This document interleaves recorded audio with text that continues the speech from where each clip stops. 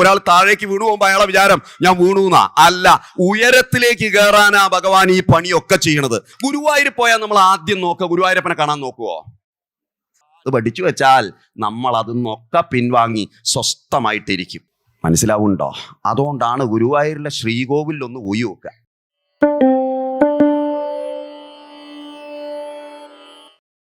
ആ പരമാത്മാവിൽ നിന്ന് അകന്നവനെ അജാമിളൻ എന്ന് വിളിക്കാം. ദൂരത്തേക്ക് ദൂരത്തേക്ക് മായയിൽ പെട്ടിട്ട് ദൂരത്തേക്ക് പോയവനെയാണ് അജാമിളൻ എന്ന് വിളിക്കുന്നത്. ഒന്നുകൂടി ശ്രദ്ധിച്ചു നോക്കിയാൽ, നിന്റെ കയ്യിലേക്ക് ഇങ്ങോട്ട് ശ്രദ്ധിച്ചാൽ മതി, ഞാൻ എന്നെ വിശദീകരിക്കും. ഒന്നുകൂടി ഇങ്ങോട്ട് ശ്രദ്ധിച്ചാൽ മതി.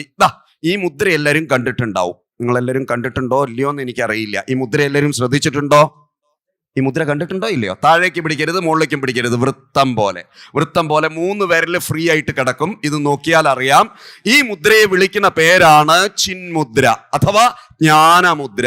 ഈ മുദ്ര ഇങ്ങനെ പിടിച്ചാൽ മതി, അത് നമ്മുടെ ശരീരത്തിലെ 64,000-ലധികം നാഡികളിൽ സ്പന്ദനമുണ്ടാക്കും. ഇത് പിടിച്ചു വെക്കണം. അതായത് ഒരുപാട് മുദ്രയുണ്ട്.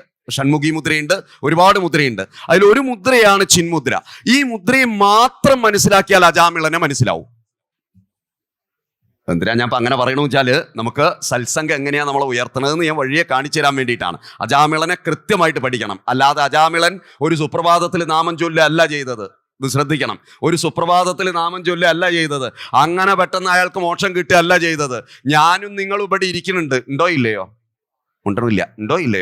ഒരു മിണ്ടാട്ടോ, ഒരു ഉഷാറിലിരിക്കൂ. നല്ല നട്ടലൊക്കെ നിവർത്തി, നമ്മളിപ്പോൾ നാമം ചൊല്ലിക്കഴിഞ്ഞു, നല്ല നട്ടലൊക്കെ നിവർത്തി ഞാൻ ഈശ്വരത്വമാണെന്ന ബോധത്തിൽ ഇരിക്കൂ. അല്ല, ഞാൻ ഒരു വസ്തുവിനും കൊള്ളാത്തവനാന്നുള്ള ബോധത്തിലല്ല, എല്ലാത്തിനും കൊള്ളണ ബോധത്തിൽ ഉള്ളിലിരിക്കുന്നത് ആ ഈശ്വര സ്വരൂപമാണ്. എന്നെ മനസ്സിലാക്കിയിട്ട് ഇരിക്കുക. ഞാൻ പറഞ്ഞു വന്നത് ഇപ്പം ഞാൻ നിങ്ങളോട് പറഞ്ഞു. ഞാൻ പറഞ്ഞു വന്നത് ഈ ചിന്മുദ്രയെ മനസ്സിലാക്കൂ. എന്താ ഈ മുദ്രയുടെ പ്രത്യേകത?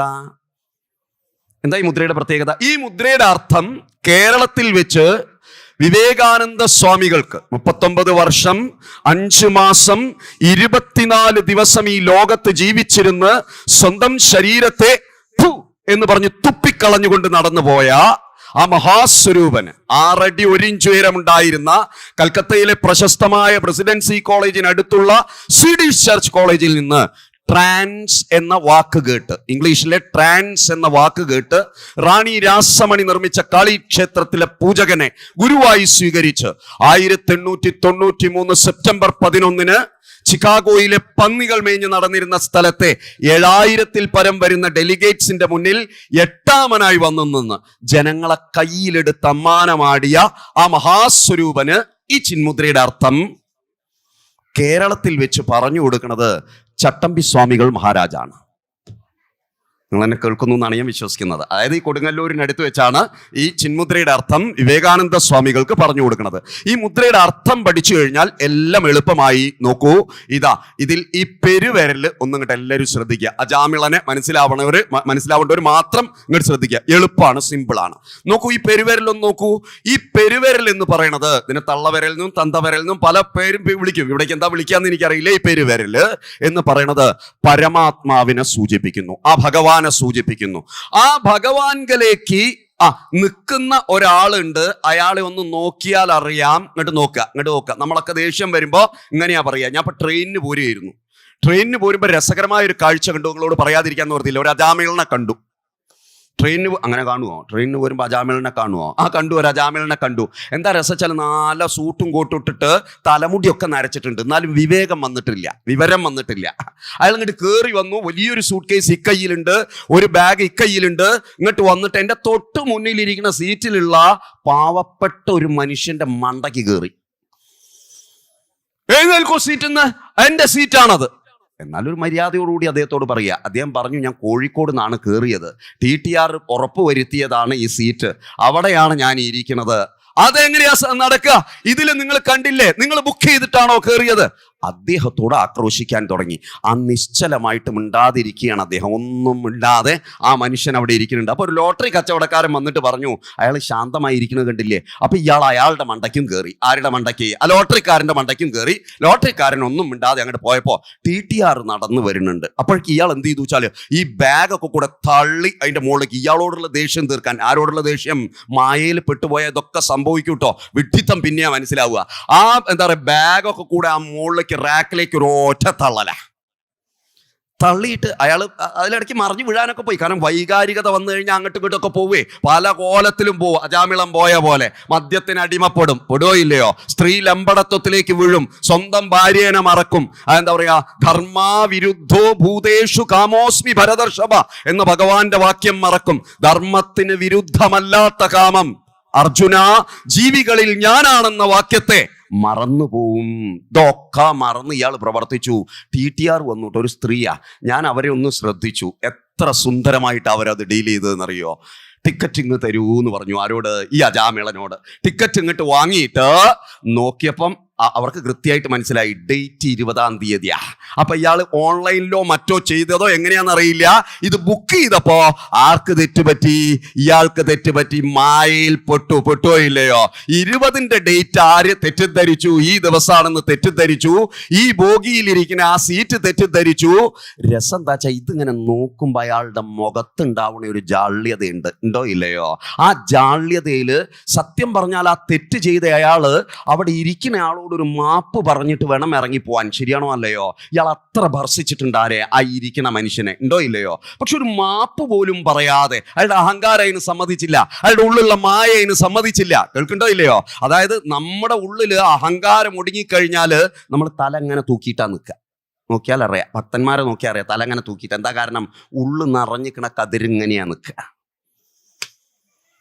മനസ്സിലാവുണ്ടോ പറയണത്? ഉള്ളിലൊന്നുമില്ലാത്ത പതിരിങ്ങനെ കുത്തനെയാ നിൽക്കുക. അതിൻ്റെ അടുത്തേക്ക് അടുക്കണ്ട, ഒരു ഗുണവും ഉണ്ടാവില്ല.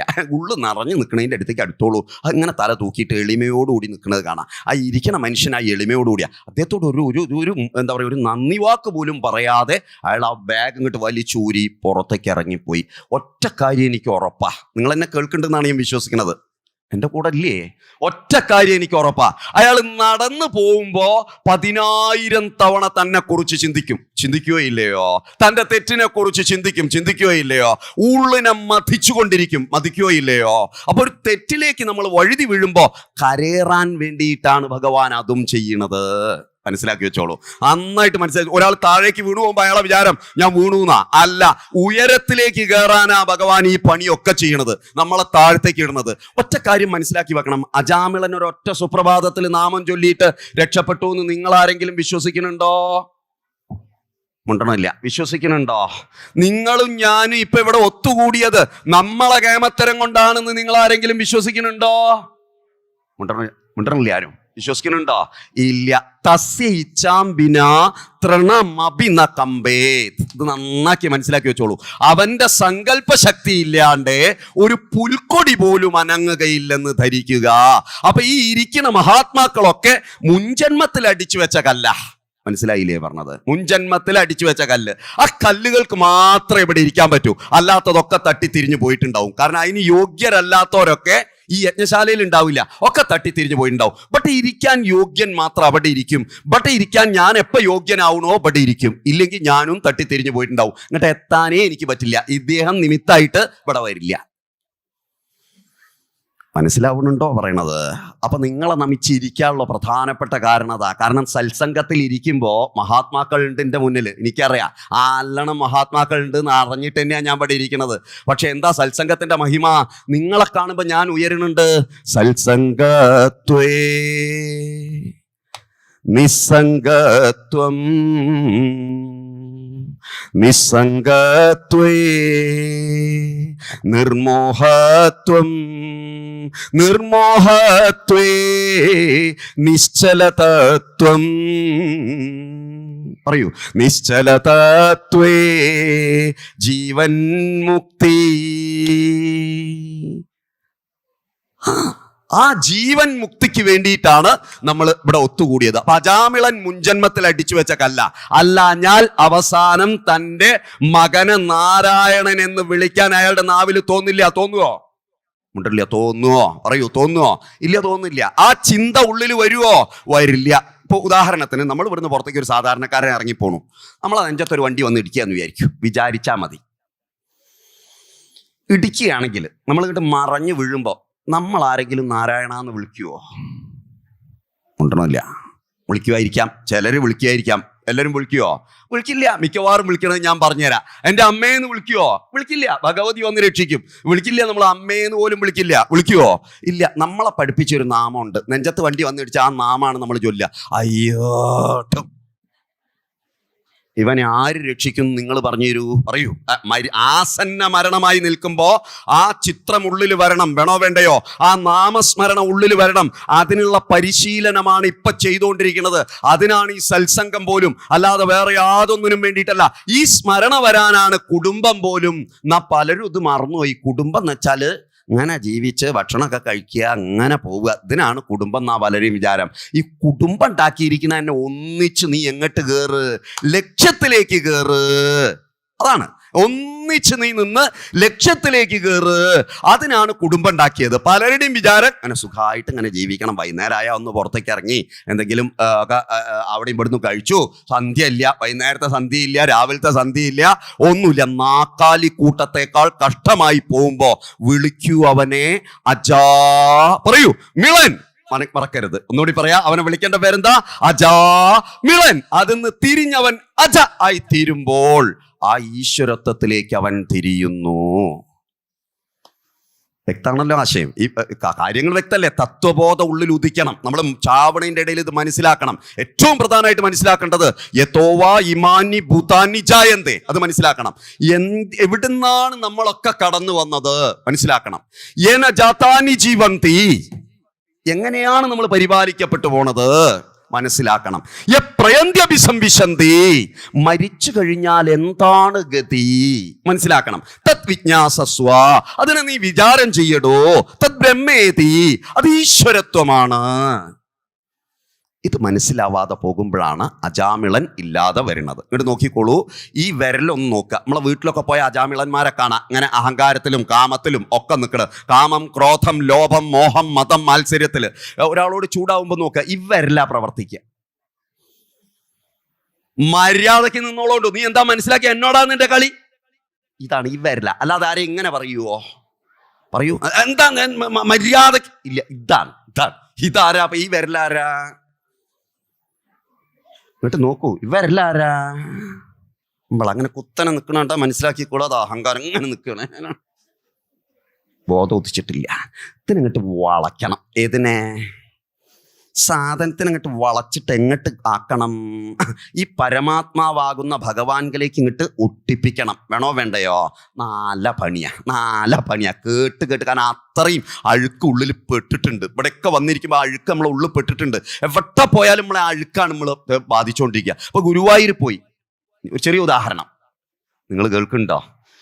എൻ്റെ കൂടെ അല്ലേ? എല്ലാവരും ഉഷാറായിട്ട് വരും. നമ്മൾ ഒന്നിച്ച് പോരണം. അവിടെ അങ്ങോട്ടും ഇങ്ങോട്ടും ഒന്നും പോകരുത്. ഒരു തത്വദർശനം ഉള്ളിൽ ഉദിക്കാൻ വേണ്ടിയിട്ടാണ്. ഗുരുവായൂർ പോയാൽ നമ്മൾ ആദ്യം നോക്കുക. ഗുരുവായൂരപ്പനെ കാണാൻ നോക്കുവോ? ഉണ്ടോന്നില്ല? ഉണ്ടോ? റൂം തരപ്പെടുത്തുക. എവിടെയെങ്കിലും റൂമുണ്ടോ? ദേവസ്വത്തിന് കിട്ടിയ വലിയ സന്തോഷമായി. അത് കഴിഞ്ഞാൽ ഗുരുവായൂരപ്പനെ നോക്കുവോ? ഉണ്ടോന്നില്ല? നോക്കുവോ? അജാമിളന്മാരാണ് നോക്കില്ല. കാരണം ഭക്ഷണം എവിടെയാന്ന് നോക്കും. നല്ല ഹോട്ടൽ അടുത്ത് എവിടെയെങ്കിലും ഉണ്ടോ എന്ന് നോക്കും. സാധാരണക്കാരെ പറ്റിയാണ് ഞാൻ പറയണത്. നോക്കില്ലേ? ഹോട്ടലൂടി കണ്ട ഭക്ഷണം കഴിച്ചു, പിന്നെ ഒന്ന് കുളിച്ചു. അപ്പോഴാ ഗുരുവായൂരപ്പനെ ഓർമ്മ വരുന്നത്. അന്നേരം ഇവിടുന്ന് ഒന്നും ഉടുക്കാത്ത വീതിയുള്ള കസവുണ്ടാവും. ഗുരുവായൂരിന് ഉടുക്കാൻ വേണ്ടി വാങ്ങിയതാ. അങ്ങനെ ഉണ്ടാവും. വിരിച്ചു വെച്ചിട്ട് കഥകളിക്കാർ ഉടുക്കണ മാതിരി ഇങ്ങോട്ട് ഉടുക്കും. എന്നിട്ട് ഇതുമ്മയ്ക്കൊരു നോട്ടം നോക്കും. എല്ലാവരെയും നോക്കും. ശരിയാണോ അല്ലയോ? ഏതുമ്മയ്ക്ക്? കസവുമ്മയ്ക്ക്. ഇതുമ്മ കുടുങ്ങി. ഏതുമ്മല്? കസവ്. ഇതുമ്മൽ നോക്കുന്നു. എല്ലാവരും എന്നെ നോക്കുന്നുണ്ടോ? ഇവൻ ഗുരുവായൂരപ്പനെ കാണാതെ കൂറ കപ്പൽ പോയ പോലെ തിരിച്ചു പോന്നു. ഒന്നും ഇല്ലയോ? അവിടുത്തെ കണ്ടില്ല, അവിടുത്തെ കാണാൻ നിന്നില്ല. വിരലിൽ എണ്ണാവുന്ന കുറച്ച് ആൾക്കാർ മാത്രമേ കാണുന്നുള്ളൂ. ശ്രദ്ധിക്കൂ, നന്നായിട്ട് ശ്രദ്ധിക്കൂ. ഇനി ഇത് ഇല്ലാത്തോനോ? വീതിയുള്ള കസവില്ലാത്തവരും ഉണ്ടാവുമല്ലോ ഗുരുവായൂർ പോണവര്. അവരെ നടപ്പന്തല്ല് നോക്കിയാൽ കാണാം ഉള്ളോനെങ്ങനെ നോക്കിക്കൂ. അവരും ഉള്ളിൽ കല്ലിട്ടു. എന്താ കല്ലിടുന്നത്? എൻ്റെ ഭർത്താവിനോട് എത്ര കാലമായി ഇങ്ങനത്തേതൊന്നും വാങ്ങിത്തരാൻ പറയുന്നത്. ഉഷ്ടാൻ കാലമാടൻ വാങ്ങിത്തരില്ല. ഒരുപാട് കല്ല് ഉള്ളിലിട്ടു. അയാളും പുറത്തേക്ക് ഇറങ്ങി. ആത്മാനം രഥിനം വിദ്ധി. ഈ ആത്മാവാണ് ഈ രഥത്തിന്റെ ഉള്ളിലിരിക്കുന്നത്. ശരീരം രഥമേവതോ. ഈ ശരീരമാണ് രഥം. ഇന്ദ്രിയാണി ഹയാണാഹുർ വിഷയാം സ്ഥേഷു ഗോചരാൻ. ഇത് പഠിച്ചു വെച്ചാൽ നമ്മൾ അതിന്നൊക്കെ പിൻവാങ്ങി സ്വസ്ഥമായിട്ടിരിക്കും. മനസ്സിലാവുണ്ടോ? അതുകൊണ്ടാണ് ഗുരുവായൂരിലെ ശ്രീകോവിലൊന്ന് പോയി നോക്കുക. ഞാനിപ്പോൾ നേരത്തെ ഗുരുവായൂരിനെ പറ്റി പറഞ്ഞില്ലേ, അജാമിളന്മാരെ സൃഷ്ടിക്കുന്ന ഇത്. ഗുരുവായൂരിലെ ശ്രീകോവിൽ നോക്കിയിട്ടുണ്ടോ ആരെങ്കിലും? അതേ നോക്കിയിട്ടുള്ളൂ, ഗുരുവായൂരപ്പനെ കണ്ടിട്ടില്ല. ഉണ്ടോ? ഇല്ല. ആ ഗുരുവായൂരിലെ ശ്രീകോവിലൊന്ന് നോക്കുക. ആ ശ്രീകോവിലിന്റെ മുകളിൽ ലോകത്തിലെ ടോപ്പ് ശ്ലീലും അശ്ലീലും കൊത്തിവെച്ചിട്ടുണ്ട്. ശരിയാണോ അല്ലയോ? പറയൂ, ശരിയാണോ അല്ലയോ? അപ്പൊ നമ്മൾ പറയും അയ്യയ്യേ വിവരമില്ലാത്തവര് എന്ന്. തെറ്റ്, തെറ്റ്. ഈ ശ്രീകോവിൽ എന്ന് പറയണത്, ഒരു ക്ഷേത്രത്തിന്റെ ശ്രീകോവിൽ എന്ന് പറയണത് മനസ്സിന്റെ പ്രതീകമാണ്. ഇത് പഠിച്ചു വെക്കണം. മനസ്സിന്റെ പ്രതീകമാണ്. മനസ്സിൽ നല്ല ചിന്ത മാത്രമേ കടന്നു വരുള്ളൂ. അങ്ങനെയാണ് ഇപ്പൊ ഇവിടെ ഇരുന്നിട്ട് എന്താ കാര്യം? എഴുന്നേറ്റ് പോവാ. നമ്മളെ ഒരു ദിവസം നമ്മളെ ഉള്ളിൽ വരുന്ന ചിന്തയുടെ 99% വേണ്ടാത്ത ചിന്തയാ. ശരിയാണോ അല്ലയോ? 1% നിങ്ങൾ ഇന്ന് ചിന്തിച്ച ചിന്തയൊന്ന് നോക്കുക. അതിൽ എത്ര ശതമാനം നമുക്ക് വേണ്ടതുണ്ട് എന്നൊന്ന് ഇവിടെ ഇരുന്നൊന്ന് ചിന്തിച്ച് നോക്കിയാൽ നിങ്ങൾക്ക് മനസ്സിലാവും. 99% വേണ്ടാത്ത ചിന്തയാ. അതിന്റെ ബാക്കിലാ പോണത്. നല്ല ചിന്തയെ പ്രോത്സാഹിപ്പിക്കണില്ല. ഉണ്ടോ? പറയൂ. ഉണ്ടല്ല? ഉണ്ടോ? ഇല്ല. ഇതാണ് കുഴപ്പം. അവിടെ അജാമിളന്മാരുണ്ടാവുന്നു. അതാണ് പ്രശ്നം. അപ്പൊ നോക്കൂ, ആ മനസ്സാണ് ശ്രീകോവില്. എന്നിട്ട് ഭഗവാൻ കൃഷ്ണൻ ഉള്ളിലിരുന്ന് വിളിച്ചു പറയണു, ഭക്താ, നീ ആ ശ്രീകോവിലിന്റെ പിടിയിൽ പെടല്ല, മനസ്സിന്റെ പിടിയിൽ പെടല്ല.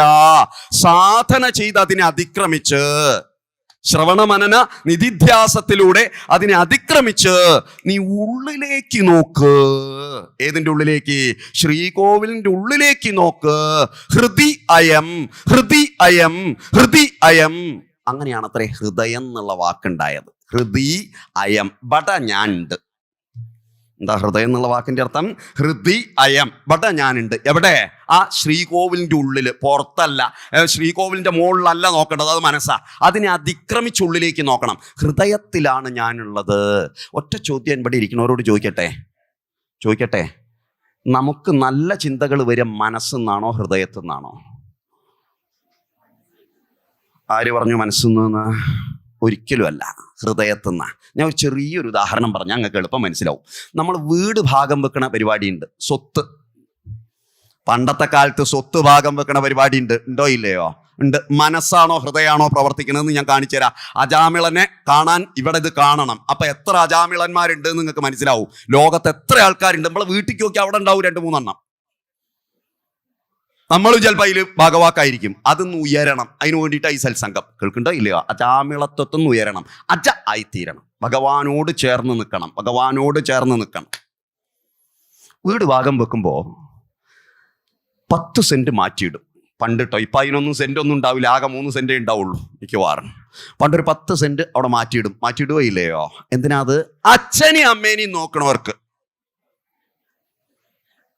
അപ്പം മൂത്ത മോങ്ങനെ ഇരുന്ന് ചിന്തിച്ചു, അച്ഛനും അമ്മയും ഇനി ജീവിക്കാവുന്ന കാലപരിധി ഏറിയാൽ ഒരു 20 വർഷം. 20 വർഷത്തേക്ക് ഓരോ മാസം അവർക്ക് കൊടുക്കേണ്ട ചെലവ് മനസ്സുകൊണ്ട് കണക്കൂട്ടി. നിങ്ങൾ കേൾക്കണ്ടില്ല? കണക്കൂട്ടിയിട്ട് ഒന്ന് കിഴിച്ചു നോക്കി. അപ്പം ഇത്ര റുപ്യ. ഈ 10 സെന്റിന്, ഏത് 10 സെന്റ് ഉണ്ടല്ല, ഈ 10 സെന്റിന് അന്നത്തെ മാർക്കറ്റ് റേറ്റ്, എന്നത്തെ ഒരു ജാവുമ്പള്ള മാർക്കറ്റ് റേറ്റ്. അപ്പൊ അത് രണ്ടും കൂടി കൂട്ടിയിട്ട് ഇങ്ങോട്ട് കിഴിച്ചിട്ട് വല്ല ലാഭം എനിക്കുണ്ട് വെച്ചാൽ അറിയോ, വരെയൊക്കെ ഞാൻ നോക്കിക്കോളാം. അല്ല ആരാച്ച എടുത്തോ, 10 സെന്റ് ആരാച്ച എടുത്തോ. ഇയാൾ മനസ്സുകൊണ്ടാണോ ഹൃദയം കൊണ്ടാണോ ചിന്തിച്ചത്? പറയൂ. മനസ്സോണ്ടാ. കാരണം അയാൾ കണക്ക് കൂട്ടുക ചെയ്തത്. കണക്ക് കൂട്ടലൊക്കെ മനസ്സെന്നാ വരിക. കണക്ക് കൂട്ടൽ എനിക്കെന്ത് മെച്ചം എന്നുള്ള ചിന്തയൊക്കെ വരിക മനസ്സെന്നാ. എന്നാൽ അവിടെ അനിയൻകുട്ടിയുണ്ട്, ഇതിൻ്റെ നേരെ താഴെ ഉള്ളത്. അതിങ്ങനെ ചിന്തിച്ചു, എനിക്കൊരു 10 സെന്റും വേണ്ട. കാരണം അവരെനിക്ക് ജന്മം നൽകിയതിനെ കൊണ്ടാണ് എനിക്ക് ഈ കാര്യങ്ങളൊക്കെ ചെയ്യാൻ കഴിഞ്ഞത്, ഈ ലോകം കാണാനും കഴിഞ്ഞത്. അസ്ഥാം താവതീയം പ്രസൂതി സമയേ ദുർവാര ശൂലവ്യഥ നൈരുച്യം തനുശോഷണം മലമയീം ശയ്യാച സംവത്സരീം ഏകസ്യാവിന ഗർഭഭാര ഭരണ ക്ലേശസ്യ യസ്യ ക്ഷമോദാതും നിഷ്കൃതി മുന്നതോപി തനയ തസ്യൈ ജനന്യൈ നമഃ തസ്യൈ ജനന്യൈ നമഃ തസ്യൈ ജനന്യൈ നമഃ. വേദവാക്യത്തെ അക്ഷരം പ്രതി അനുസരിച്ചു കുട്ടി. നിങ്ങൾ കേൾക്കുന്നുണ്ടോ ഞാൻ പറയണത്? എന്ന് വെച്ചാൽ അർത്ഥം, തൻ്റെ അച്ഛനും അമ്മയും നോക്കണതിന് ഒരു ലാഭവും ആർക്ക് വേണ്ട? എനിക്ക് വേണ്ട.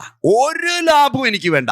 അവരെ ഞാൻ നെഞ്ചോട് ചേർത്ത് നിർത്തി ജീവിതത്തിൽ മുന്നോട്ട് പോകുമെന്നൊരാൾ ചിന്തിച്ചാൽ അച്ചിന്ത ഹൃദയത്തിൽ നിന്നാണോ മനസ്സിൽ നിന്നാണോ വരുന്നത്? പറയൂ. ഹൃദയത്തിൽ നിന്നാ. അപ്പം ഞാൻ ചോദിക്കട്ടെ, നല്ല ചിന്ത ഹൃദയത്തിൽ നിന്നാണോ മനസ്സിൽ നിന്നാണോ വരിക? ഹൃദയത്തിൽ നിന്നാ വരിക. മനസ്സിന്ന് നല്ല ചിന്ത വന്നോളണം എന്നില്ല. എവിടുന്നാ വരിക? ഹൃദയത്തിൽ നിന്ന്. ഇപ്പോൾ ഒരാൾ ഇപ്പോൾ വീണ് കിടക്കണം, അയ്യോ വീണുവല്ലോ, അദ്ദേഹത്തെ രക്ഷിക്കണമല്ലോ എന്നുള്ള ചിന്ത വരുന്നത് ഹൃദയത്തിൽ നിന്നാണ്. നേരെ മറിച്ച് മനസ്സുകൊണ്ട് ചിന്തിക്കണവനാണെങ്കിൽ ഇങ്ങനെ നോക്കും, അയാളപ്പോൾ പിടിച്ച് എഴുന്നേൽപ്പിച്ചിട്ട് ഇക്കെന്താ മെച്ചം, കുറേ ആൾക്കാർ ഇപ്പോൾ അവിടെ വേറെ ഇല്ലേ, വേണമെങ്കിൽ എഴുന്നേൽപ്പിച്ചോട്ടെ. ഇങ്ങനെ ചിന്തിക്കുന്നുണ്ട് വെച്ചാൽ അയാൾ മനസ്സുകൊണ്ടാണ്, പറയൂ, മനസ്സുകൊണ്ടാണ് ചിന്തിക്കുന്നത്. മനസ്സിലാവുന്നില്ലേ? ഹൃദയം കൊണ്ട് ചിന്തിക്കാൻ കഴിയുന്നവനെ ഭക്തൻ എന്ന് വിളിക്കുന്നു. അവൻ അജാമിളത്വത്തിൽ നിന്ന് ഉയർന്ന് അജ അവസ്ഥയിലേക്ക് എത്തിയിരിക്കുന്നു, ഈശ്വരത്വത്തിലേക്ക് എത്തിയിരിക്കുന്നു.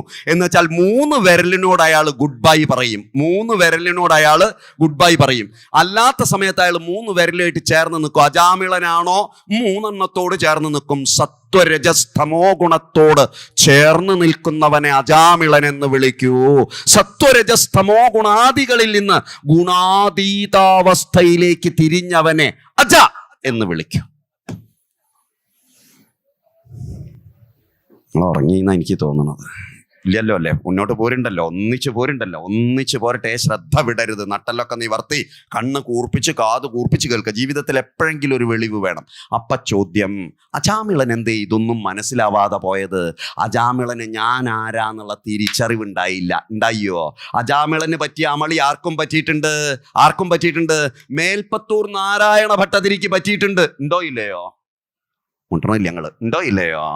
മേൽപ്പത്തൂർ വിവാഹം കഴിക്കുന്നുണ്ട്, ഉണ്ടോ ഇല്ലയോ? കഴിച്ച സമയത്ത് ശാസ്ത്ര പഠനത്തിൽ നിന്നും ശാസ്ത്രചിന്തയിൽ നിന്നൊക്കെ മാറിപ്പോയി. ചന്ദനക്കാവ് അമ്പലത്തിൽ പോകുമ്പോൾ ഞാനത് ചിന്തിക്കാറുണ്ട്. കാരണം അദ്ദേഹത്തിൻ്റെയാണ് അമ്പലം അത്.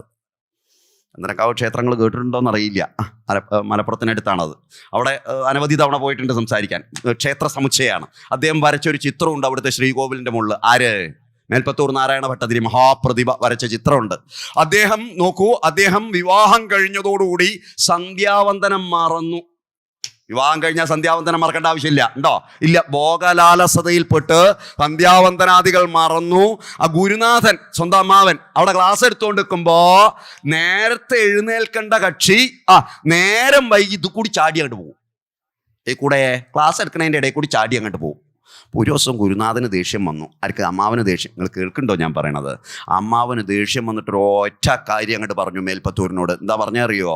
അതാണ് ഞാൻ പറഞ്ഞ അജാമിളത്വത്തിൽ നിന്ന് മാറ്റുന്ന ഒരൊറ്റ വാക്കായിരിക്കും ഗുരുനാഥൻ്റേത്. ശരിയാണോ അല്ലയോ? നമ്മളെ കണ്ണ് തുറപ്പിക്കുന്ന ഒരൊറ്റ വാക്കായിരിക്കും ഗുരുനാഥൻ്റേത്. ആ വാക്ക് ഇങ്ങോട്ട് കേട്ട ചിലരൊക്കെ സ്ഫുലിംഗം പോലെ ഉണരും, ഉറപ്പായിട്ട് ഉണരും. ആ ഉണർന്ന് ലക്ഷ്യത്തിലേക്ക് കടക്കും. അതിനാ സത്സംഗം. മനസ്സിലാവുണ്ടല്ലോ പറയണത്? അവിടെ എന്തേ സംഭവിച്ചു? ഇങ്ങോട്ട് വിളിച്ചു അത്ര മേൽപ്പത്തൂരിനെ അങ്ങോട്ട് വിളിച്ചു. അന്ന് ഇത്രയൊന്നും കേമനല്ല, ഇങ്ങോട്ട് വിളിച്ചിട്ട് പറഞ്ഞു, മനുഷ്യജന്മം കിട്ടിയിട്ട് മൃഗത്തിന്റെ മാതിരി ജീവിക്കുന്നുവല്ലോ. നമ്മളോടറ്റാ പറഞ്ഞു വെച്ചാൽ അമ്മാവൻ്റെ മെക്കെട്ട് നമ്മൾ അങ്ങോട്ട് കയറിയിട്ടുണ്ടാവും. ഉറപ്പല്ലേ? കയറും. പക്ഷേ പൂർവജന്മത്തിലെ സുഹൃതിയായ ആർക്ക്? മേൽപ്പത്തൂരിന് പെട്ടെന്നുള്ളിൽ ബോധം വന്നു. ശരിയാണ്. അവിടെ നിന്നിട്ട് തിരിഞ്ഞ് ചിന്തിച്ച് ഗുരുനാഥനോടൊപ്പം നിന്ന് ശാസ്ത്രം പഠിച്ചു. കേൾക്കണ്ടോ ഇല്ലയോ? അറിവ് സമ്പാദിച്ചു, ഈശ്വരത്വത്തിലേക്ക് മുഖം തിരിച്ചു. അസമയത്താണ് വാതരോഗം വരികയും ആർക്ക്? ഗുരുനാഥന്. അത് ഏറ്റെടുക്കുകയും ചെയ്ത് ഗുരുവായൂരിലേക്ക് പ്രവേശിക്കണത്. മനസ്സിലാക്കേണ്ട പ്രധാനപ്പെട്ട കാര്യം, ഈ കഥയിൽ നിന്ന് നമ്മൾ മനസ്സിലാക്കേണ്ട കാര്യം, അജാമിളനെ പോലെ തന്നെ നാമമഹിമയിൽ ഉറച്ചു നിന്ന് മേൽപ്പത്തൂരും വാതരോഗത്തിന്റെ പുറത്തേക്ക് കടന്നില്ലേ? കടന്നോ ഇല്ലയോ? പറയൂ, കടന്നോ ഇല്ലയോ? ഗുരുവായൂരിലെ ക്ഷേത്ര നടക്കൽ പോയി ഇരുന്ന് ഭാഗവതത്തെ 100 ദശകങ്ങളാക്കി ചമയ്ക്കുക. ആ ചമയ്ക്കുന്ന തപസ് ഏറ്റെടുത്തു ആര്? മേൽപ്പത്തൂര്. അതിന്റെ 1ാമത്തെ ദശകത്തില് അദ്ദേഹം തുടങ്ങണത് ശ്രദ്ധിക്കൂ. സ്തുതിക്കുക ചെയ്യണത്. അനുഭവത്തിൽ നിന്നല്ല പറയണത്, സ്തുതിക്കുകയാണ്. 1ാമത്തെ ദശകത്തിന്റെ തുടക്കത്തില് ഓം സാന്ദ്രാനന്ദാവബോധാത്മകം അനുപമിതം കാലദേശാവതിഭ്യാം നിർമുക്തം നിത്യമുക്തം നികമശതസഹസ്രേണ നിർഭാസ്യമാനം അസ്പഷ്ടം ദൃഷ്ടമാത്രേ പുനരുരു പുരുഷാർത്ഥാത്മകം ബ്രഹ്മതത്വം തത്താവദ്ഭാതി സാക്ഷാത് ഗുരുഭവനപുരേ ഹന്തഭാഗ്യം ജനാനാം. ഇത് സ്തുതിക്കുകയാണ്. ഉള്ളിന്ന് തട്ടിയിട്ടല്ല വരുന്നത്. കേൾക്കണ്ടോ ഇല്ലയോ? അങ്ങനെ വന്നു. 2ാമത്തെ ദശകത്തിലെത്തിയപ്പോൾ വാതരോഗം കലശലായി. അപ്പൊ വാതാലേശാന്ന് വിളിച്ച് വീണ്ടും ചമയ്ക്കാൻ തുടങ്ങി. വിട്ടില്ല. അങ്ങനെ മൂലാധാരം ഉണർന്നു. നാമം ചൊല്ലിയ മൂലാധാരം തട്ടി ഉണരപ്പെടും. തട്ടി ഉണർന്നു കഴിഞ്ഞാൽ ആ സഹസ്രാരത്തിലെ നാരായണത്വത്തിലേക്ക് അവൻ അറിയാതെ പ്രവേശിക്കും. സംശയമൊന്നും വേണ്ട, അറിയാതെ ആ നാരായണത്വത്തിലേക്ക് അവൻ പ്രവേശിക്കും. ഇതിനാണ് ജീവിതം. ശ്രദ്ധിക്കണേ, എല്ലാവരും ശ്രദ്ധിക്കണം. എന്നാലേ ഭാഗവതം എന്താന്ന് മനസ്സിലാവുള്ളൂ, ഇല്ലെങ്കിൽ ഒരു എത്തും പിടിയും കിട്ടില്ല. ഒന്നിച്ച് പോരട്ടെ. അവിടെ ഇരുന്നിട്ട് അവസാനത്തെ ദശകമാര് ചമയ്ക്കുന്നുണ്ട്. പറയൂ, ആര് ചമയ്ക്കുന്നുണ്ട്? മേൽപ്പത്തൂര്. അതിൻ്റെ ഇടയിൽ ചെറിയൊരു അഹങ്കാരം വന്നു. എന്താ അഹങ്കാരം? താൻ വലിയ പണ്ഡിതനാണ് എന്നുള്ളൊരു തോന്നലുള്ളിൽ വന്നോ ഇല്ലയോ? അഹങ്കാരം മുടിത്തുമ്പോളെന്ന മുടിയുമലാണ് നമ്മുടെ അഹങ്കാരമൊക്കെ. ശരിയല്ലേ? ആണോ അല്ലയോ? മുടിയിലാണ് അഹങ്കാരം. ഒരു അഹങ്കാരവും വേണ്ട. അതുകൊണ്ടാണ് ശങ്കരാചാര്യ സ്വാമികൾ കാശിയിലിരിക്കുന്ന പണ്ഡിതനോട് ഉറക്ക പറഞ്ഞത്. എന്താ പറഞ്ഞത്?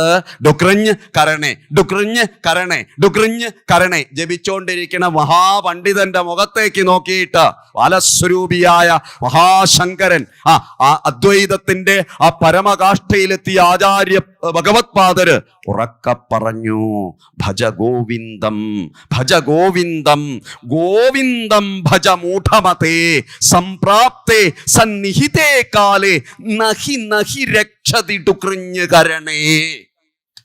നീ ആ ലക്ഷ്യത്തിലേക്ക് എത്തുമ്പോൾ ഡുക്രിഞ്ഞ് കരണേ, ഡുക്രിഞ്ഞ് കരണേ, അത് നിന്നെ രക്ഷിക്കില്ലടോ. നീ എന്ത് ചൊല്ല്? നാരായണനെ ജപിക്ക്. മനസ്സിലാവണുണ്ടോ പറയണ വലിയ തത്വത്തെ? ഇതിങ്ങനെ ഇരുന്നിട്ട് വലിയ പണ്ഡിതനാഥാൻ എന്നുള്ള എനിക്ക് ഡുക്രിഞ്ഞ് കരണേ, ഡുക്രിഞ്ഞ് കരണേ, ഡുക്രിഞ്ഞ് കരണേ, ഇതിങ്ങനെ പഠിക്കുക. എന്ത് കാര്യം? അപ്പൊ പഠിക്കണ്ടേന്ന് നിങ്ങൾ ചോദിക്കും. വേണം. വേദം എൻ്റെ കൂടെ പോരില്ലേ? ഇത്തിരി സമയം എടുക്കാമല്ലോ അല്ലേ? അരവരെ പോകാമല്ലോ അല്ലേ? നോക്കൂ, വേദം 2 വിദ്യകളെ കുറിച്ചാണ് പറയണത്. ഇത് വേദത്തിലേക്ക് പോയി കഴിഞ്ഞാൽ നിങ്ങൾക്ക് മനസ്സിലാവും, നന്നായിട്ട് മനസ്സിലാവും. വേദം 2 വിദ്യകളെ കുറിച്ചാണ് പറയണത്.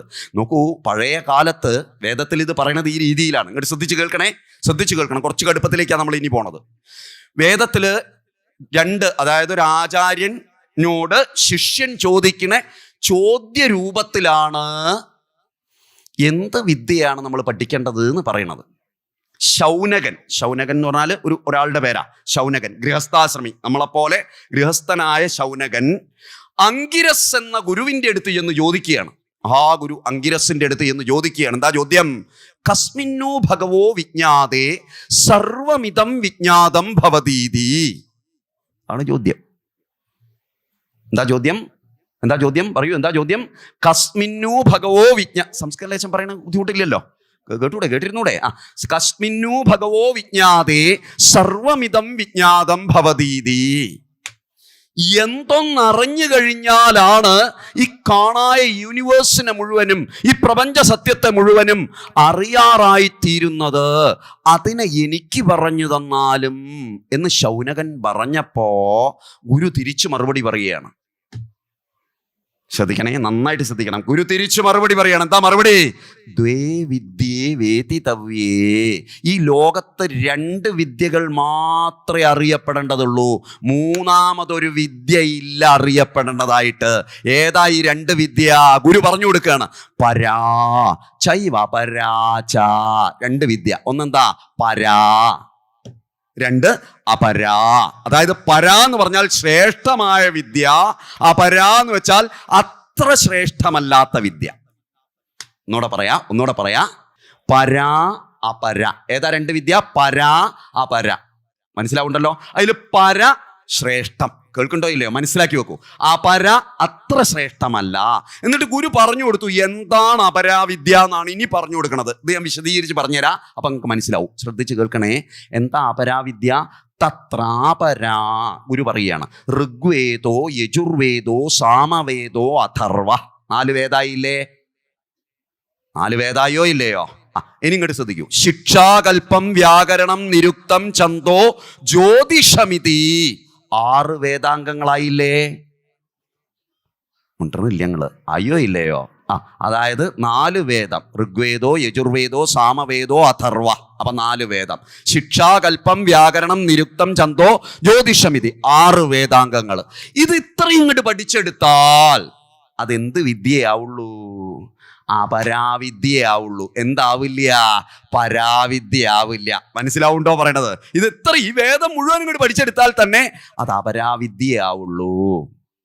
അപ്പം നിങ്ങൾ എന്നോടൊരു ചോദ്യം ചോദിക്കും, എന്താ ഈ വേദവിദ്യ എന്ന് പറഞ്ഞാൽ? ആധുനികർക്ക് മനസ്സിലാവാൻ വേണ്ടി, ഇവിടെ ചെറുപ്പക്കാരിയ്ക്കുന്നുണ്ടെങ്കിൽ അവർക്ക് മനസ്സിലാവാൻ വേണ്ടിയിട്ട് ഞാൻ പറഞ്ഞുതരാം. ഫിസിക്സ്, കെമിസ്ട്രി, ബയോളജി ഇങ്ങനെയുള്ള വിഷയങ്ങളൊക്കെ ഉണ്ടല്ലോ, ഇതൊക്കെ പഠിച്ചാൽ അപരാവിദ്യയാവുള്ളൂ. അത് നമുക്ക് ജീവിതാനുസന്ധാനത്തിന് മാത്രമേ ഉപകാരപ്രദമാവുള്ളൂ. അപ്പം അത് വേണ്ടേ? മുണ്ടണില്ല, വേണ്ടേ? തീർച്ചയായിട്ടും വേണം. അതിന് ഒഴിവാക്കരുത്, നന്നാക്കി പഠിച്ചെടുക്കണം. ഫിസിക്സ്, കെമിസ്ട്രി, ബയോളജി, മാത്തമാറ്റിക്സ് എല്ലാം നന്നാക്കി അടിപൊളിയായിട്ട് പഠിച്ചെടുക്കണം. ഒപ്പം എന്തിനേയും കൊണ്ടോണം, ഒപ്പം എന്തിനേയും പഠിച്ചെടുക്കണം. ശ്രേഷ്ഠമായ പരാവിദ്യയെ പഠിച്ചെടുക്കണം. ഇത് പഠിക്കാതെ പോയതാ നമുക്ക് പറ്റിപ്പോയ കുഴപ്പം. എന്താ പരാവിദ്യ? ശ്രദ്ധിച്ചോളൂ, ഗുരു പറഞ്ഞു കൊടുക്കുകയാണേ. പരാവിദ്യ എന്താന്നാ പറഞ്ഞു കൊടുക്കണം. എന്താ പരാവിദ്യ? അധഃ പരാ, പരയെ പറഞ്ഞു കൊടുക്കുകയാണ്. അധഃ പരാ യയാ തദക്ഷരമധിഗമ്യതേ. ഇത് മനസ്സിലാക്കി വെച്ചോളൂ.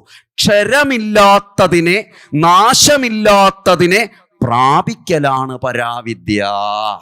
ഇതാണ് ജീവിതത്തിന്റെ ലക്ഷ്യം. പറഞ്ഞ മനസ്സിലായില്ലേ?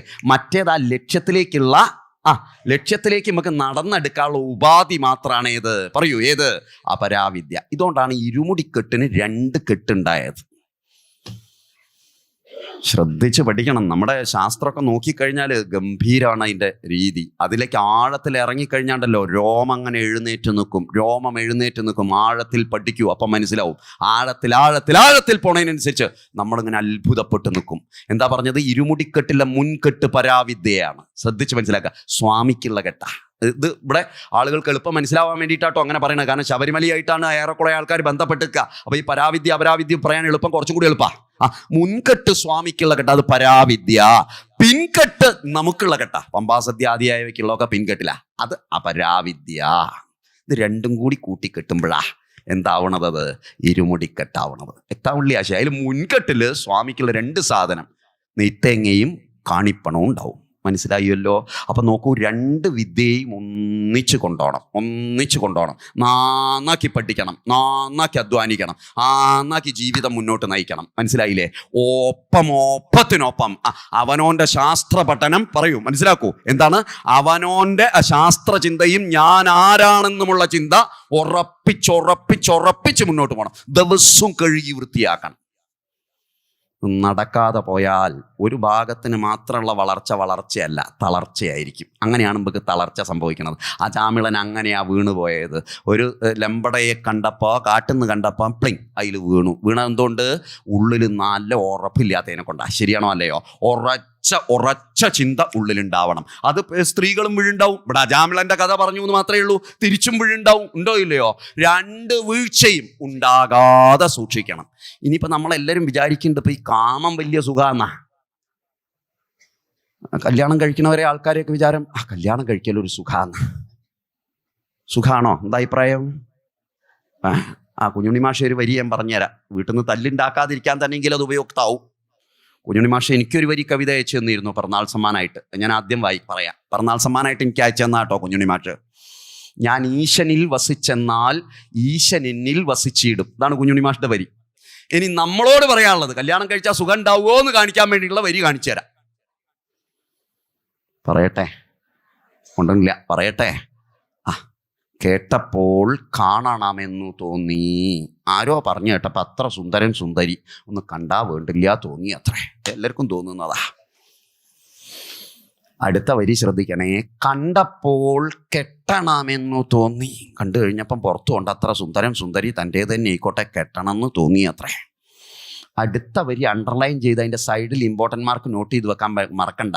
വീടിൻ്റെ ചുമരുമ്മ കൊണ്ടുപോയി ഒട്ടിച്ചിടാനും മറക്കണ്ട. ഡബിൾ സ്റ്റിക്കർ ഉപയോഗിച്ച് നന്നാക്കിയാൽ ഒട്ടിച്ചിട്ട് ഇടയ്ക്കൊന്ന് നോക്കുക. അടുത്ത വരി ശ്രദ്ധിച്ചോളൂ. കെട്ടിയപ്പോൾ കഷ്ടം പെട്ടു എന്നും തോന്നി. കെട്ടിക്കഴിഞ്ഞപ്പോഴാ മനസ്സിലായി. കൈ അടിക്കണ്ട, മനസ്സിലായി. കെട്ടിയപ്പോൾ കഷ്ടം പെട്ടു എന്നും തോന്നി. കെട്ടിക്കഴിഞ്ഞപ്പോഴാ മനസ്സിലായത് വേണ്ടിയില്ലായിരുന്നല്ലോ വണ്ടി വില, ഇത് തൊലിവെളുപ്പ് മാത്രമേ ഉള്ളൂല്ലോ എന്ന് അന്നേരാ തോന്നിയത്. മനസ്സിലായില്ലേ? ഇനി ഒരു 4-5 കെട്ടി നോക്കൂ, അപ്പോഴൊക്കെ തന്നെയായിരിക്കും സ്ഥിതി. നമ്മൾ വിചാരിക്കും അക്കരെ പച്ചാന്ന്. ഒന്നുമില്ല. എത്ര എണ്ണം വേണേലും കെട്ടി നോക്കൂ. 4 എണ്ണമൊക്കെ കെട്ടുമ്പോൾ പിന്നെ നിങ്ങളെ സ്ഥാനം നടുമുറ്റത്തായിരിക്കും. ഇത്രയേ ഉള്ളൂ. ഇപ്പം നിങ്ങൾക്ക് വിവാഹത്തെക്കുറിച്ച് മനസ്സിലായില്ലേ? എന്നാൽ ചെറുപ്പക്കാർ കുട്ടികളെ വിചാരം എന്താ വെച്ചാൽ കല്യാണം കഴിക്കല സുഖം. കാരണം അവർക്ക് അനുഭവം ഇല്ല. ഉണ്ടോ? അനുഭവിച്ച നമുക്ക് അറിയാൻ ഒരിക്കലും ഈ കെട്ടല്ലോ നമ്മൾ ഉള്ളു പറയുന്നുണ്ടാവും, ഉണ്ടോ ഇല്ലയോ? അപ്പൊ അവരിങ്ങനെ ചിന്തിച്ചു, ഒന്ന് കഴിച്ചാളാം, നേരത്തെ തന്നെ കഴിച്ചാളും, പഠിക്കുന്ന സമയത്ത് തന്നെ പ്രേമിച്ച് കഴിച്ചാളും. പിന്നെ പെട്ടോ ഇല്ലയോ? പെട്ടു. അപ്പൊ ആരോ പറഞ്ഞു കൊടുത്തു, ഒരു കുട്ടി ഉണ്ടായാൽ സുഖം ഉണ്ടാവും. അങ്ങനെയാ രണ്ടാമത്തേത്. അപ്പൊ കുട്ടി ഉണ്ടായി നോക്കിയപ്പം 2 കാലുള്ളത് കല്യാണം കഴിച്ചതോടുകൂടി 4 കാലായി. ആ കാലി ഒരു കുട്ടിയുടെ ആയപ്പോൾ 6 കാലായി, ഒന്നുകൂടി എഴയാൻ തുടങ്ങി. ശരിയാണോ അല്ലയോ? അപ്പം പിന്നെ ഒരു സുഖമില്ല. കുട്ടി ഉണ്ടായി കഴിഞ്ഞപ്പോൾ പിന്നെ നിവൃത്തിയില്ല, ഓട്ടത്തോടോട്ടം, ഒന്നും നടക്കണില്ല. അപ്പം ആരോ പറഞ്ഞു കുറച്ചുകൂടി സമാധാനമാവും, ഒന്നും കൂടി ഉണ്ടെങ്കിൽ അതിനൊരു കൂട്ടായി. അപ്പം ഒന്നും കൂടിയായി. ആലോചിച്ച് നോക്കൂ, ഇങ്ങനെയാണ് നമ്മുടെ കാര്യങ്ങൾ. അങ്ങനെ ഒരുപാടെണ്ണം ആർക്കും ഉണ്ടായി, അജാമിളനും ഉണ്ടായോ ഇല്ലയോ? അജാമിളൻ മുറുകി അതിലേക്ക് പോയി. അവറ്റകളെ എങ്ങനെ നോക്കും, എങ്ങനെ പരിപാലിക്കും, ഇവൾക്ക് എങ്ങനെ സംതൃപ്തി കൊടുക്കും? ആർക്ക്? സ്വന്തം ഭാര്യയ്ക്കല്ല, പിന്നെ ആർക്ക്? ഈ എന്താ പറയുക, വേശ്യയ്ക്ക് എങ്ങനെ സംതൃപ്തി കൊടുക്കും? ഇതായിരുന്നു ആര് ചിന്തിച്ചത്? പറയൂ, ആര് ചിന്തിച്ചത്? അജാമിളൻ. മനസ്സിലാവണുണ്ടോ പറയണത്? ഡിസ്ട്രാക്ട് ചെയ്ത് പോകുന്നു. ചാവാൻ കാലത്ത് ഇരുന്ന് നമ്മളിതൊക്കെ ചിന്തിക്കും. ബാലസ്ഥാവത് ക്രീഡാസക്ത, തരുണസ്ഥാവത് തരുണീസക്ത, വൃദ്ധസ്ഥാവത് ചിന്താസക്ത, പരമേ ബ്രഹ്മണി കോപിന സക്ത. ആചാര്യസ്വാമികളുടെ വരിയാണ്. ഞാൻ കാലടിയിൽ നിന്നിട്ട് ആചാര്യനെ പറഞ്ഞിട്ടില്ലെങ്കിൽ മോശമല്ലേ? നിങ്ങൾ ആലോചിച്ച് നോക്കൂ, അവിടുത്തെ ചിന്തിച്ചിട്ടില്ലെങ്കിൽ മോശമല്ലേ? ബാലസ്ഥാവത്. നമ്മളൊക്കെ ജീവിതം നോക്കുക, കുട്ടിയായിരിക്കുമ്പോൾ കളിപ്പാട്ടത്തിനാ കളിപ്പാട്ടം വേണം, അല്ലെങ്കിൽ അവിടെ നിലത്ത് കിടന്ന് ഉരുണ്ട് കരഞ്ഞാളും, ഇച്ഛ തന്നെ വേണം. തരുണനായാലോ തരുണീസക്ത, മരം ചുറ്റാൻ തുടങ്ങി. വൃദ്ധനായാലോ എല്ലാം കഴിഞ്ഞു, ചിന്താസക്ത. അന്നൊക്കെ ചെയ്ത വിഡ്ഢിത്തോർത്ത് ഇങ്ങനെ ചിന്തിച്ച് ഇങ്ങനെ കിടക്കും. വേണ്ടിയില്ലായിരുന്നു ഒന്ന് ആ ബസ് സ്റ്റോപ്പിൽ ഇങ്ങനെ ഒന്ന് തിരിഞ്ഞത്, ഇങ്ങനെ ചിന്തിച്ചുകൊണ്ടിരിക്കും. ഇതാണ് മനുഷ്യന്റെ ചക്രം. അതിലങ്ങോട്ട് ചത്തുപോവുകയാണ്. അതിൻ്റെ ഇടയിൽ ഞാൻ ആരാന്ന് മനസ്സിലാക്കണില്ല. ഇനി ഒരല്പം ചിന്ത, നാം ആരാന്നാ ഇനി ചിന്തിക്കാൻ പോണതേ. കൂടെ വരില്ലേ? ഞങ്ങളെല്ലാവരും വരില്ലേ? ഞാൻ ഈ ശരീരല്ലേ? അല്ലേ? തെറ്റ് 101% തെറ്റ്. ഞാൻ ഈ ശരീരമല്ല, ഇത് ഉറപ്പിച്ചോണം. പറഞ്ഞ മനസ്സിലേ? പരീക്ഷിത്ത് മഹാരാജാവ് ഇത് ഉറപ്പിച്ചിട്ടാ വീണത്. പരീക്ഷിത്ത് മഹാരാജാവ് ഭാഗവതം മുഴുവൻ കേട്ടിട്ട് മരിച്ചില്ലേ? മുണ്ടില്ല, മരിച്ചില്ലേ? പിന്നെ എന്ത് വെച്ചാ ഭാഗവതം കേട്ടിട്ടുള്ളത്? നമ്മൾ അതിശയോക്തി കലർത്തി ഭാഗവതം കേട്ടാൽ മരിക്കില്ല എന്നൊക്കെ പറയും. അങ്ങനെ ഉണ്ടോ? പറയൂ, എന്താ നിങ്ങളുടെ അഭിപ്രായം? ശരിക്കും മനസ്സിലാക്കണം, അല്ലെങ്കിൽ ഇത് ദഹിക്കാതെ അവിടെ കിടക്കും. കേൾക്കണ്ടോ ഇല്ലയോ? ഭാഗവതം കേട്ടിട്ട് പരീക്ഷിത്ത് മരിച്ചോ? ഇല്ല, ഇങ്ങനെ നിന്നു. എപ്പോഴും ചിരഞ്ജീവിയായിട്ട് പരീക്ഷിത്ത് ഇവിടെ ഉണ്ട്. ശരീരം വീഴുന്നു എന്ന് മനസ്സിലാക്കി, താൻ മരിക്കണില്ല എന്ന് ഉറപ്പിച്ചു. കേൾക്കണ്ടോ ഇല്ലയോ? ചിന്ത വന്നാ ഭയം പോവോ ഇല്ലയോ? അപ്പൊ ഞാൻ ശരീരാണോ? അല്ല, ഉറപ്പിക്കണം. ഇത് ഉറപ്പിക്കാനാണ് അവിടെ വന്നത്. ഇന്നത്തെ സത്സംഗത്തിൽ ഇത് ഉറപ്പിക്കണം. എന്നിട്ട് ഭാഗവതം നാളെ ഇരുന്ന് ഒന്നും കൂടി ശുദ്ധമായിട്ട് കേൾക്കൂ. അപ്പൊ ക്ലിയറായിട്ട് പിടികിട്ടും. നിങ്ങളുടെ കൂടെ ഉണ്ടോ? ആത്യന്ത ദുഃഖനിവൃത്തിയാണ് ജീവിതത്തിൻ്റെ ലക്ഷ്യം. ആത്യന്ത ദുഃഖനിവൃത്തി, സ്വാതന്ത്ര്യമാണ് ഇതിൻ്റെ ലക്ഷ്യം. കേൾക്കണ്ടോ ഇല്ലയോ? സ്വാതന്ത്ര്യം പ്രഖ്യാപിച്ചു പോകണം. അല്ലാതെ ഇവിടെ കിടന്ന് തിരിഞ്ഞളിക്കരുത്. നരക സ്വർഗങ്ങളല്ല നമുക്ക് വേണ്ടത്. പിന്നെന്താ വേണ്ടത്? മോക്ഷം. ആ സ്വാതന്ത്ര്യം അത് കടക്കണം. വരട്ടെ, അതിലേക്കുള്ള വിദ്യയാണ് ഇനി പറയണത്. അങ്ങോട്ട് ശ്രദ്ധിച്ച് കേൾക്കണം. ഞാൻ ഈ ശരീരാണോ? അല്ലേ? ഞാൻ ഈ ശരീരമല്ലേ? എന്തേ നിങ്ങൾക്കൊരു സംശയം? അല്ല. ഞാൻ ഈ കൈയാണോ? ഇങ്ങോട്ട് ശ്രദ്ധിക്കുവാണോ? ഈ കൈക്ക് ഷുഗർ ബാധിച്ച് പഴുപ്പ് കയറിയാൽ ഡോക്ടറോട് ഞാൻ പറയും, ഡോക്ടറെ ഇത് കൈ മുറിച്ച് കളഞ്ഞേക്ക്, ഞാൻ ഉണ്ടായാൽ മതി, ഞാൻ അതിൻ്റെ മുകളിലേക്ക് കയറരുത്. അപ്പം ഞാൻ കൈയാണോ? കൈ പോയിട്ടും ഞാൻ ഉണ്ടോ ഇല്ലയോ? ഞാൻ കാലാണോ? പറയൂ, ഉറപ്പിക്കൂ. കാലാണോ? അല്ല, കാലിന് പഴുപ്പ് കയറിയാലും ഞാൻ മുറിച്ച് കളഞ്ഞേക്കാൻ പറയും. ഞാൻ ഈ ശരീരാണോ? ഒരു അങ്കലാപ്പുണ്ടല്ലോ നിങ്ങൾക്ക്. ഉറപ്പിച്ച് പറയൂ. അല്ല. ഞാനിപ്പോൾ ഇവിടെ മരിച്ചു വീണു എന്ന് വിചാരിക്കും. പേടിക്കൊന്നും വേണ്ടട്ടോ. ജനനം പോലെ തന്നെയാണ് മരണം. ഒരു പേടിയില്ല. പുല്ലട്ട ഒരു പുല്ലിന്ന് മറ്റൊരു പുല്ലിലേക്ക് പോണ പോലെയാണത്. ഞാൻ ഇപ്പോൾ അവിടെ മരിച്ചു വീണു എന്ന് വിചാരിക്കും. പ്രഭാഷണം നടത്തുന്നതിൻ്റെ ഇടയിൽ കുഴഞ്ഞു വീണ് മരിച്ചു. ഇങ്ങോട്ട് ശ്രദ്ധിക്കണം, എല്ലാവരും ഇങ്ങോട്ട് ശ്രദ്ധിക്കണം. അപ്പം സംഘാടകരൊക്കെ കൂടി പോയി, പാവ, അയ്യോ അത്രയും ദൂരത്തുനിന്ന് മലപ്പുറത്തുനിന്ന് വരികയാണത്, പാവം വീണു മരിച്ചു എന്ന് ഉറപ്പ് വരുത്താൻ ഡോക്ടറെ കൊണ്ടുവന്നു. പരിശോധിച്ച് നോക്കിയപ്പം മരിച്ചിട്ടുണ്ട്. അപ്പോൾ ഇവിടുന്ന് അനൗൺസ്മെൻറ്റ് ചെയ്തു. അനൗൺസ് ചെയ്യുകയാണ്. എന്താ അനൗൺസ് ചെയ്യണത്? ഭാഗവത സപ്താഹത്തിൽ പ്രഭാഷണം നടത്തുവാൻ വേണ്ടി വന്ന പ്രമോദ് ഐക്യരപ്പടി മരണപ്പെട്ടിരിക്കുന്നു. പറഞ്ഞു എന്ന് വിചാരിച്ചോളൂ, പറഞ്ഞു എന്ന് വിചാരിക്കും. അപ്പൊ ഞാൻ ഇവിടെ കിടക്കുകയാണേ, വിചാരിച്ചാ മതി എന്ന്. അപ്പൊ ഞാൻ മരിച്ചു എന്ന് അറിഞ്ഞാൽ നിങ്ങൾ ആരെങ്കിലും പറയുമോ പ്രമോദ് ഐക്യരപ്പടിയാണ് ആ കിടക്കണതെന്ന്? മിണ്ടണില്ല. പറയുവോ? ഇല്ല. അയാളുടെ ശവം അഥവാ ബോഡിയാണ്, ശരിയല്ലേ? അപ്പൊ അയാൾ ആ ശരീരത്തിൽ നിന്ന് വ്യത്യസ്തനല്ലേ? ഇത്രയും നിങ്ങൾക്ക് മനസ്സിലായോ? While I am driving a car, I am not the car, I am something different from the car. ഒരു കാർ ഞാൻ ഡ്രൈവ് ചെയ്യുമ്പം ഞാൻ കാറല്ല, ഞാൻ കാറിൽ നിന്ന് വ്യത്യസ്തനാണ്. ആണോ അല്ലയോ? ഞാൻ ഇപ്പൊ കാർ ഡ്രൈവ് ചെയ്ത് അങ്ങോട്ട് വന്നതെന്ന് വിചാരിച്ചോളൂ. ഇവിടെ എത്തിയപ്പോൾ സംഘാടകരനോട് പറഞ്ഞു അമ്പലം ഇറങ്ങിക്കോളൂ എന്ന് പറഞ്ഞു നിൽക്കുക. ഞാൻ സംഘാടകരോട് പറയുകയാണ്, ഞാൻ കാറിൽ നിന്ന് ഇറങ്ങൂല, ഞാൻ കാറാണെന്ന് പറഞ്ഞാൽ അതിൻ്റെ ഉള്ളിൽ ഇരുന്നു നിൽക്കുക. ഞാൻ കാറാണ് ഇറങ്ങൂല എന്ന് പറഞ്ഞാൽ അതിൻ്റെ ഉള്ളിൽ ഇരുന്നാൽ ഇവരെൻ്റെ ചുവട്ടിൽ ചെമ്പരത്തിപ്പൂ വെച്ച് തരും. ശരിയാണോ അല്ലയോ? അപ്പോൾ അതിനൊരു കുഴപ്പമില്ലായിരുന്നു. ശരിയല്ലേ? ആണോ അല്ലയോ? അപ്പൊ ലക്ഷ്യസ്ഥാനം എത്തിയാൽ പറയൂ, കാറിന്റെ ഡോറ് തുറന്ന് പുറത്തേക്ക് ഇറങ്ങി പോകേണ്ടവനാണ് ഞാൻ. പിന്നെ ആ കാറിന്റെ ഉള്ളിലേക്ക് കയറാൻ കഴിയില്ല. അങ്ങനത്തെ കാറാണ് എൻ്റെ കാറ്. മനസ്സിലായില്ല? ഒരിക്കൽ ഇറങ്ങിയാൽ പിന്നെ അതിൻ്റെ ഉള്ളിലേക്ക് കയറാൻ കഴിയില്ല. താക്കോലിൻ്റെ കയ്യിലായിരിക്കും, പിന്നെ ആർക്കും അത് ചലിപ്പിക്കാനും കഴിയില്ല. അപ്പൊ കാർ അനങ്ങൂല. ആ കാറിനെ നോക്കിയിട്ട് എൻ്റെ ബന്ധുക്കൾ നെഞ്ചത്തടിച്ച് കലയാണ്. പോണ എന്നെ കാണുന്നില്ല, അതിന്ന് ഇറങ്ങിപ്പോണ എന്നെ കാണുന്നില്ല. നിർത്തിയിട്ട കാറിനെ നോക്കിയിട്ട് നെഞ്ചത്തടിച്ചത്, അയ്യോ കുഞ്ഞേട്ടാ എന്നല്ല, ഹോർലിക്സ് കഴിച്ചിട്ട് പോകാന്ന് പറഞ്ഞാളോ, ഇത്ര പെട്ടെന്ന് നിങ്ങൾ പോയല്ലോ. അത് പെടലിക്കൊന്നും കിട്ടാത്തതിൻ്റെ കുഴപ്പമാണ്. മരിച്ച വീട്ടിൽ കരച്ചിലുണ്ടാവരുത്, നാമജപ മുഖരിതമാക്കണം. ആ ജീവന് ഗതി ഉണ്ടാക്കി കൊടുക്കണം. മനസ്സിലാവണുണ്ടോ? ഭഗവാൻ കൃഷ്ണന്റെ ജീവിതത്തിൻ്റെ ഒപ്പമൊന്ന് നടക്കൂ. വ്രജത്തിലൂടെ നടന്നാൽ ഓരോ മണ്ണും നമ്മളെ കോരിത്തെരിപ്പിക്കും. ഭഗവാൻ എന്താ പറയാ, യമുനയിലേക്ക് ചാടിയ മരം ഒന്ന് കാണണം, രോമം എഴുന്നേറ്റ് നിൽക്കട്ടെ. നിങ്ങൾ കേൾക്കണ്ടോ ഇല്ലയോ? ഭഗവാൻ രാധാദേവിയുടെ തലമുടി കെട്ടിക്കൊടുത്ത സ്ഥലം ഒന്ന് കാണണം. രാസക്രീഡ നടന്ന സ്ഥലം ഏകദേശം 30 ഏക്കർ ഉണ്ട് എന്നാണ് എൻ്റെ വിശ്വാസം. ഒന്ന് കാണണം. ഇപ്പോഴും രാസക്രീഡ നടക്കണുണ്ട്. പ്രത്യക്ഷാർത്ഥത്തിൽ ആനന്ദതുലിതമാണ്. അതുകൊണ്ടാണ് മേൽപ്പത്തൂർ നാരായണ ഭട്ടതിരി അവസാനത്തെ തൻ്റെ ദശകം ചമയ്ക്കുമ്പോൾ, ഞാൻ നേരത്തെ പറയാൻ വിട്ടുപോയതാ, അവസാനത്തെ ദശകം ചമയ്ക്കുമ്പോൾ അഹങ്കാരമൊടുങ്ങിയ മേൽപ്പത്തൂർ നാരായണ ഭട്ടതിരി ഉറക്ക ചൊല്ലിയത് അത് അനുഭവത്തിൽ നിന്നാണ്. അഗ്രേ പശ്യാമി തേജോ നിബിഡതരകളായാവലീലോപനീയം പീയൂഷാപ്ലാവിദോഹം. രോമം എഴുന്നേറ്റ് നിൽക്കുന്നു. ആനന്ദസ്വരൂപ ചിന്മയ ഭഗവാനെ, അങ്ങയെ ഞാൻ ഇതാ പ്രത്യക്ഷത്തിൽ അനുഭവിക്കുന്നു. അഗ്രേ പശ്യാമി. മനസ്സിലായല്ലോ? അഗ്രേ പശ്യാമി. അതിന്റെ തൊട്ടടുത്ത വരി പറയണു പീയൂഷാപ്ലാവിദോഹം എന്നാ. പീയൂഷാപ്ലാവിദോഹം എന്ന് പറഞ്ഞാൽ എന്താ പീയൂഷ? ആനന്ദത്തിൽ കുളിച്ചു നിൽക്കണു ഞാൻ ഭഗവാനെ എന്നാ. ഈ ഒരു അവസ്ഥയിലേക്ക് പ്രവേശിക്കാൻ ഈ ജന്മത്തിൽ കഴിയണം. വേണോ വേണ്ടയോ?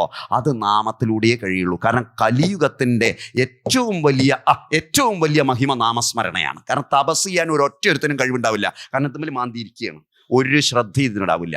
തപസ് പോയിട്ട് പോലും ചെയ്യാനുള്ള ഒരവസ്ഥ ഉണ്ടാവില്ല. കാരണം അങ്ങനത്തെ ഒക്കെ ഇതിലാണുമ്പോൾ കിടന്ന് പെടക്കണത്. ശരിയാണോ അല്ലയോ? ഒക്കെ കിടന്ന് പെടക്കുക. മനസ്സിങ്ങനെ ഡിസ്ട്രാക്ട് ചെയ്ത് വീഴുകയാണ്. അതിനെ ഒന്ന് നേരെയാക്കി ഒരുമിപ്പിച്ച് ഏകോപിപ്പിച്ച് ഒരു ലക്ഷ്യത്തിലേക്ക് ശ്രദ്ധ കേന്ദ്രീകരിച്ച് നിർത്തണമെങ്കിൽ ഒറ്റ ആയുധേ ഉള്ളൂ. അതിൻ്റെ പേരാണ് നാമം. ശരി, ഇപ്പൊ ഞാൻ ഈ ശരീരമല്ല നിങ്ങൾ ഉറപ്പിച്ചുവല്ലോ. നിങ്ങളും അല്ല എന്ന് ഉറപ്പിച്ചില്ലേ? ഉണ്ടില്ല. ഉറപ്പിച്ചോ ഇല്ലയോ? ശരി, അപ്പൊ എന്താണ് മരിച്ചു പോണത്? ശരീരേ മരിക്കണുള്ളൂ, ആർക്ക് മരണമില്ല. ഇതിൻ്റെ ഉള്ളിലിരിക്കണതിന് മരണമില്ല. ഇതാണ് ഞാൻ നേരത്തെ പറഞ്ഞത്. ആത്മാനം രഥിനം വിദ്ധി. രഥത്തിന്റെ ഉള്ളിലിരിക്കണോനാരാ? ആത്മാവാണ്. മനസ്സിലാക്കണ്ടോ ഇല്ലയോ? അതിന് ജനന മരണങ്ങളില്ല. പക്ഷേ രഥം നശിക്കും. മനസ്സിലാവണുണ്ടോ? എന്നെ കേൾക്കണുണ്ടോ? അതിനെ നിയന്ത്രിച്ച് നിർത്തിയിട്ട് ലക്ഷ്യത്തിലേക്ക് എത്തണം. ഇനി ഇങ്ങോട്ട് ശ്രദ്ധിക്കൂ. എല്ലാവരും ഇങ്ങോട്ട് ശ്രദ്ധിക്കണേ. ശ്രദ്ധിക്കില്ലേ? ഞാൻ എങ്ങനെ ഇപ്പം ഈ കൂട്ടിക്ക് ഈ കാറിക്ക് കയറിക്കൂടി? ഇത് പഠിക്കുമ്പോഴാണ് അജാമിളൻ പുറത്തേക്ക് കടന്നത് നമുക്ക് മനസ്സിലാവുള്ളൂ. പുറത്തേക്ക് കിടക്കുന്നത് ഇന്ന് കാട്ടിത്തരാൻ കഴിയില്ല, ഒരിക്കലും കഴിയില്ല. അതും കൂടി കാട്ടിത്തന്നാലേ ഈ വിഷയം പൂർത്തിയാവുള്ളൂ. പക്ഷേ നടക്കില്ല. സമയത്തിൻ്റെ പരിമിതിയുണ്ട്. നിങ്ങൾ കേൾക്കുന്നുണ്ടോ? എന്നെ കേൾക്കുന്നുണ്ടോ? ഇനി എങ്ങനെയാ നമ്മൾ ഇതിൻ്റെ ഉള്ളിലേക്ക് കയറുന്നതെന്ന് കാട്ടിത്തരാ. നിങ്ങളുടെയൊക്കെ വീട്ടിൽ ചെറിയ കുട്ടികൾ ജനിച്ച് കണ്ടിട്ടുണ്ടോ? നല്ല രസം. കണ്ടിട്ടുണ്ടോ? അമ്മമാരെല്ലാം എവിടെ ഇരിക്കണത് കണ്ടിട്ടുണ്ടാവുമല്ലോ, ഇല്ലേ? ഉണ്ട്. എന്താ ഒരു ചെറിയ കുട്ടിയുടെ പ്രത്യേകത? പൊക്കിൾക്കൊടി ഉണ്ട്, ഞാൻ സമ്മതിക്കുന്നു. കൈ മടക്കി നിൽക്കും ഒക്കെ നിങ്ങൾ പറയും. കരച്ചിലുണ്ട്, ഒക്കെ ഉണ്ട്. അതൊന്നും അല്ലാത്തൊരു ശാരീരിക പ്രത്യേകത പറയൂ. വല്ലാത്ത അമ്മമാര്, നമിച്ചു ഞാൻ നിങ്ങളെയൊക്കെ. പറയൂ.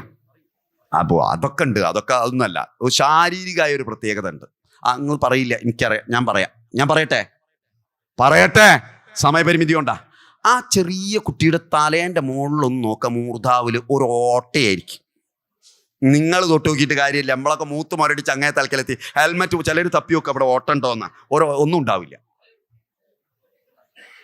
ഒരു കുട്ടി ജനിച്ചാൽ അതിൻ്റെ തലേൻ്റെ ഇവിടെ ഒരു ഓട്ടയാണ്. ഇവിടെ ഒരു തൊലി മാത്രമേ ഉണ്ടാവുള്ളൂ. ഗ്ലി എന്ന് പറയും. ഉണ്ടോ ഇല്ലയോ? ഉണ്ട്. ഇതൊരു ഓട്ടയാണ്. ഈ ഓട്ടേനെ ശ്രദ്ധിക്കണം. ഏതോട്ട? ഈ തലേൻ്റെ മുകളിലുള്ള ഓട്ട. ഈ ഓട്ടയെ വിളിക്കുന്ന പേരാണ്, ഈ സ്ഥാനത്തിനെ വിളിക്കുന്ന പേരാണ് ബ്രഹ്മരന്ധ്രം. ശ്രദ്ധിച്ചോണേ, നന്നായിട്ട് ശ്രദ്ധിച്ചോണം. ബ്രഹ്മരന്ധ്രം. നെയ്ത്തേങ്ങേൻ്റെ ഓട്ട ഇത് തന്നെയാണ്. കേൾക്കണ്ടോ ഇല്ല? ഈ ഓട്ടയാണ്. ഈ ഓട്ട മനസ്സിലാക്കി വെച്ചോണം. ഈ ബ്രഹ്മരന്ധ്രം. ജീവൻ എന്താണെന്നും ജന്മം എന്താണെന്നും പഠിച്ചു വെക്കൂ പ്രിയരെ, അല്ലാതെ ചത്തൊടുങ്ങല്ല.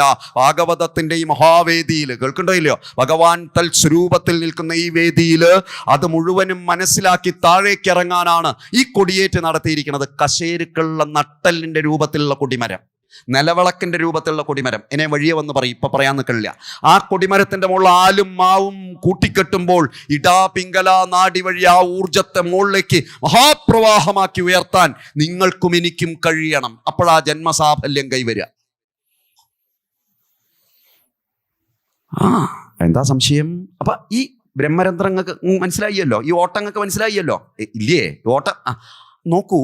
അമ്മയുടെ ഗർഭപാത്രത്തിൻ്റെ ഉള്ളിൽ വെച്ച് ഈ ശരീരം രൂപം കൊള്ളുമ്പം, ഈ ശരീരം ഈ മെലിഞ്ഞു നീണ്ട ഈ ശരീരം രൂപം കൊള്ളുമ്പോൾ അച്ഛൻ്റെ ബീജത്താലെ അമ്മയുടെ ഗർഭത്തിലേക്ക് ആ ബീജം സന്നിവേശിച്ച് രൂപം കൊള്ളുന്ന ഈ ശരീരം അവിടെ അങ്ങനെ രൂപം കൊള്ളുമ്പോൾ പൂർവജന്മകൃതമായ പുണ്യപാപങ്ങൾ, ഇങ്ങോട്ട് ശ്രദ്ധിക്കൂ, പൂർവജന്മകൃതങ്ങളായ പുണ്യപാപങ്ങൾ ഏകദേശം സമാവുമ്പോഴാണ് നമുക്ക് മനുഷ്യജന്മം കിട്ടുന്നത്. അപ്പം അങ്ങനെയുള്ള ഒരു ആത്മാവായ, അതായത് വാസനാസ്വരൂപിയായി ഇതിൻ്റെ ഉള്ളിലിരിക്കുന്ന ആത്മാവ്, ബന്ധനം ഉള്ള ആത്മാവ്, അതിനനുസരിച്ചൊരു ദേഹം തേടി നടക്കുക.